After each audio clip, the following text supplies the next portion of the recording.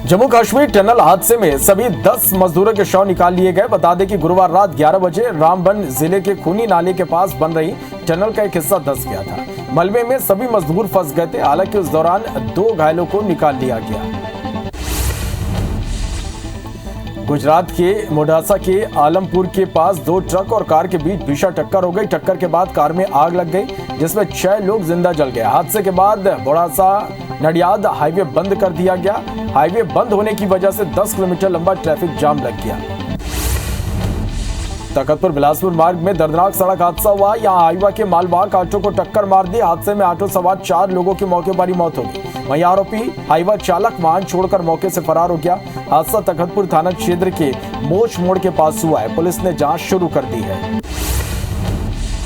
लुधियाना जिला court blast मामले में पंजाब पुलिस ने 5 आरोपियों को गिरफ्तार किया। इसमें एक नाबालिग भी शामिल है। कोर्ट में 23 दिसंबर 2021 को विस्फोट हुआ था, जिसमें पूर्व police head constable Gagandeep Singh की मौत हो गई थी और 6 लोग घायल हो गए थे।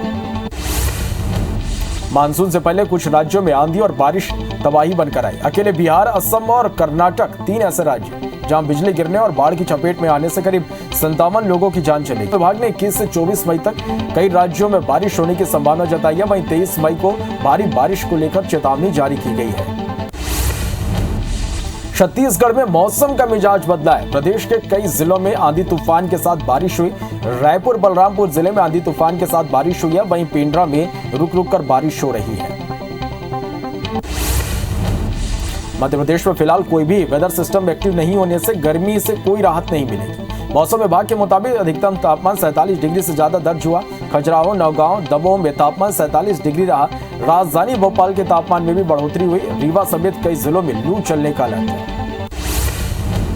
लंदन के कैम्ब्रिज यूनिवर्सिटी में आइडियाज ऑफ इंडिया सेमिनार का राहुल गांधी ने केंद्र सरकार पर यहां पर बड़ा आरोप उन्होंने लगाया। राहुल ने कहा कि चीन ने लद्दाख और डोकलाम में यूक्रेन जैसे हालात कर दिए, लेकिन सरकार इस पर एक्शन नहीं ले रही। राहुल ने कहा कि सरकार इस मसले पर बोलने से भी डरती है। राहुल गांधी के लद्दाख पर दिए बयान का शिवसेना ने समर्थन किया। संजय राउत ने कहा कि राहुल गांधी ने जो बात कही वह सच है। जो बीजेपी के विरोधी हैं उनके खिलाफ केंद्रीय एजेंसियां जिस प्रकार से मुहिम चला रही है वह लोकतंत्र के लिए ठीक नहीं है। लोग आज भी डरे हुए हैं। सीबीआई ने बिहार के पूर्व सीएम लालू प्रसाद यादव और उनके फैमिली मेंबर्स के 16 ठिकानों पर छापेमारी की। आरोप है कि 2014 से 2009 तक लालू के रेल मंत्री रहते रेलवे में नौकरी के बदले उम्मीदवारों से जमीन ले ली गई। इस मामले में लालू राबड़ी और उनकी 2 बेटियों पर एफआईआर की है। रोड रेज केस में मिली 1 साल की सजा काटने के लिए नवजोत से सिद्धू पटियाला जेल पहुंच गए। सिद्धू को जेल में 3 महीने बिना वेतन के काम करना होगा। इसके बाद वह 30 से 90 रुपए रोजाना कमा पाएंगे। राज्य के जेल मंत्री हरजोत बैस ने कहा कि जेल में सिद्धू को कोई व्यापी ट्रीटमेंट नहीं मिलेगा। IBC 24 के खुलासे पर सीएम भूपेश बघेल का बयान सामने आया। उन्होंने कहा कि आम जनता में सरकार के प्रति नाराजगी नहीं है। छत्तीसगढ़ में नक्सली बहुत पीछे चले गए हैं। हो सकता है वह मध्य प्रदेश की तरफ पलायन कर रहे हैं। बीजापुर के बांडे मुर्गा में आईईडी ब्लास्ट हुआ। इस ब्लास्ट में एक जवान घायल हो गया।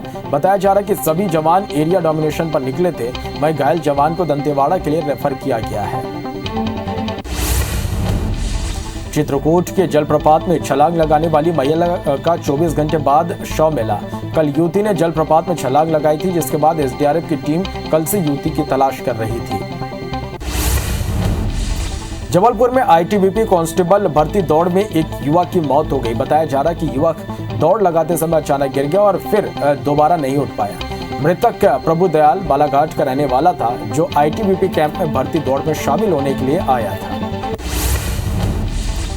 रायपुर में 50 लाख रुपए के डकैती मामले का खुलासा हुआ। पुलिस ने 2 नाबालिग समेत 10 डकैत को गिरफ्तार कर लिया। वहीं घटना में शामिल 33 मास्टर माइंड देवेंद्र, धृतलहरी, अजय और तिलक अभी फरार हैं, जिनकी तलाश की जा रही है। कार्रवाई के दौरान पुलिस ने 8 लाख रुपए नकद समेत 5 बाइक और 5 मोबाइल जब्त किया है। बीजेपी प्रदेश अध्यक्ष बदले जाने के सवाल पर रमन सिंह का बयान सामने आया। उन्होंने कहा कि प्रदेश अध्यक्ष बनने की इच्छा सबकी होती है, सभी मन में इच्छा पाले हैं, कपड़े भी सिला लिए हैं। आज पूर्व प्रधानमंत्री राजीव गांधी की पुण्यतिथि पर सीएम भूपेश ने किसानों, मजदूरों, पशुपालकों और महिला समूह को राशि वितरित किया। सीएम ने न्याय योजनाओं के हितग्राहियों को 1804 करोड़ और 50 लाख रुपए की राशि ट्रांसफर की, जिसमें 26,68,000 से ज्यादा लोगों को इसका फायदा हुआ। सीएम भूपेश बघेल ने कार्यक्रम के दौरान कहा कि छत्तीसगढ़ सरकार ने कम समय में भरोसा जीता। राजीव गांधी जी का योगदान देश के लिए अहम रहा। उन्होंने नए रास्तों का निर्माण किया, साथ ही हर सेक्टर को आगे बढ़ाया। छत्तीसगढ़ सरकार राजीव गांधी के काम को आगे बढ़ा रही है।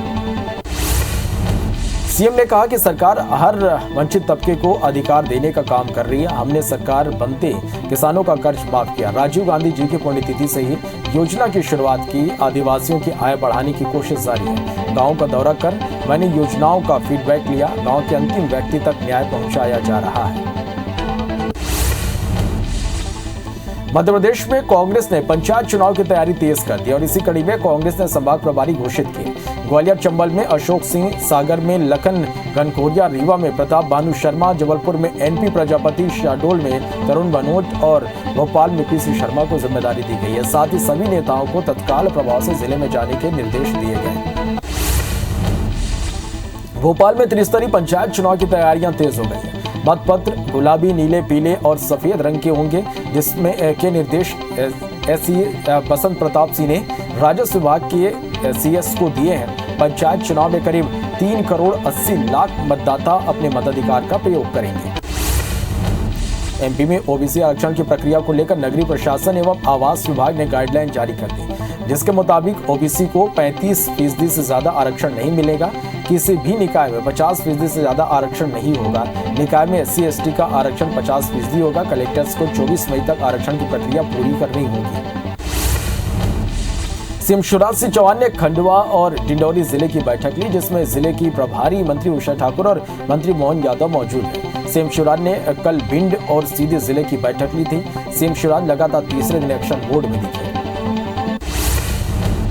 ग्वालियर पहुंचे बीजेपी महासचिव कैलाश विजयवर्गीय ने ज्ञान व्यापी मामले पर कहा कि पहले भी आक्रांताओं ने हमारे एक नहीं बल्कि कई मंदिरों पर हमला किया था, लेकिन पिछले सरकारों में एक विशेष वर्ग को संरक्षण था। लेकिन अब हमारी सरकार आने से देश के लोगों को लग रहा कि हमारी बात सुनी जा रही है।